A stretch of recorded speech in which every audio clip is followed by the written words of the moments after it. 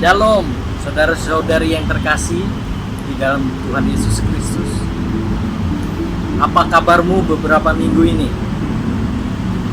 Kita memang dilatih untuk melakukan kegiatan kita dari rumah. Ya, pasti membosankan. Tapi sudahkah kita mengucap syukur untuk waktu yang Tuhan berikan?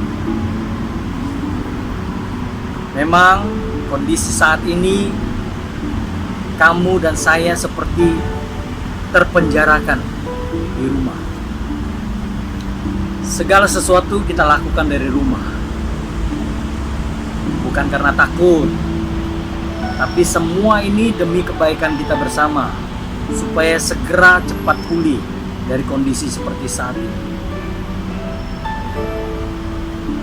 Kondisi saat ini membawa kita dan menyadarkan kita bahwa kematian sangat dekat dengan kamu dan saya. Dan ini menarik untuk kita renungkan. Masih di rumah kan? Biar saya yang menemani dalam sesi online ini.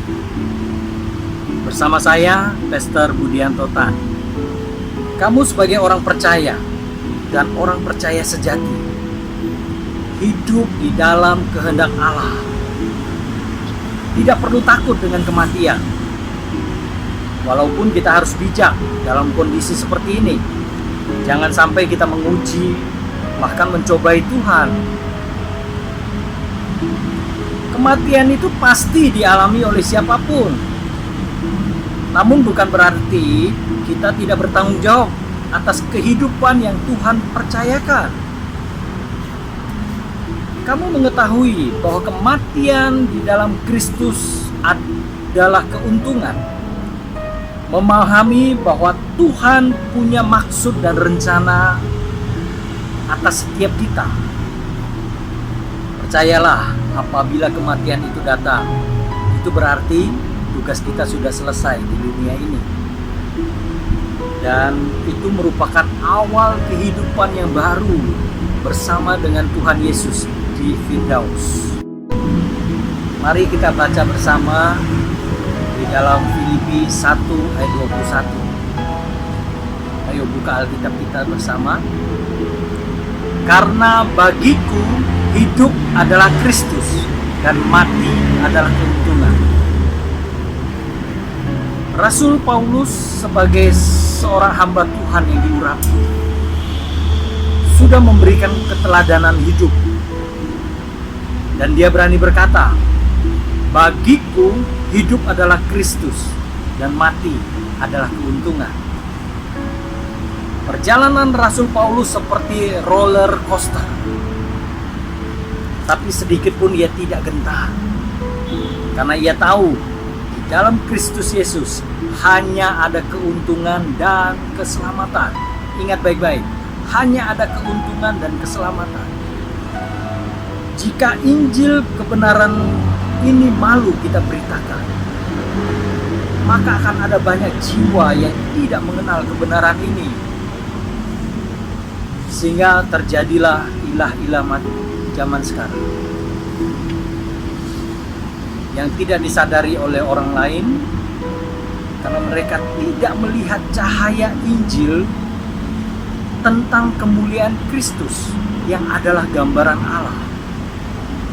Momen ini kita sedang menyaksikan dan turut mengalami bagaimana Allah sedang mendemonstrasikan kuasanya. Tidak ada tempat yang aman.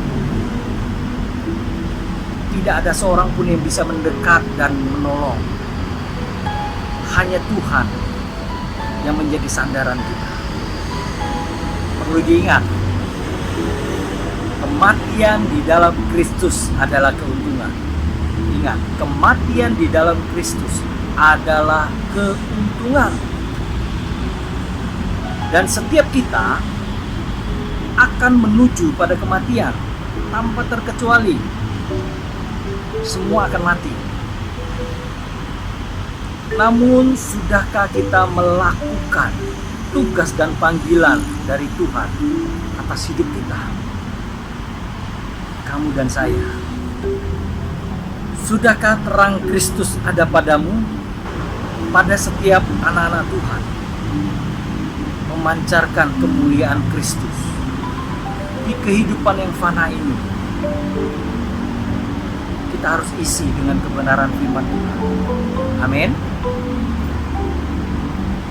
Terlebih dalam situasi seperti sekarang ini,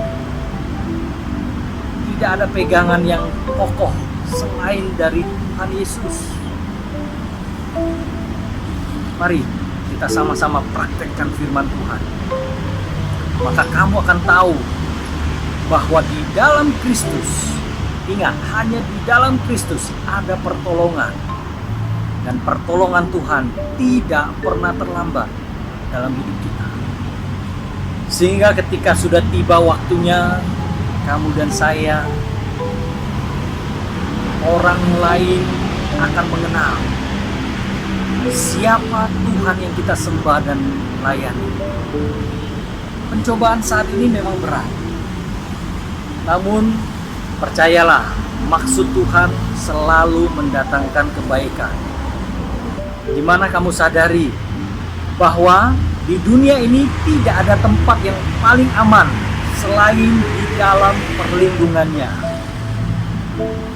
Bila Tuhan izinkan sesuatu terjadi atas hidup, percayalah, kuasanya pasti memulihkanmu. Hidup adalah Kristus dan mati adalah keuntungan.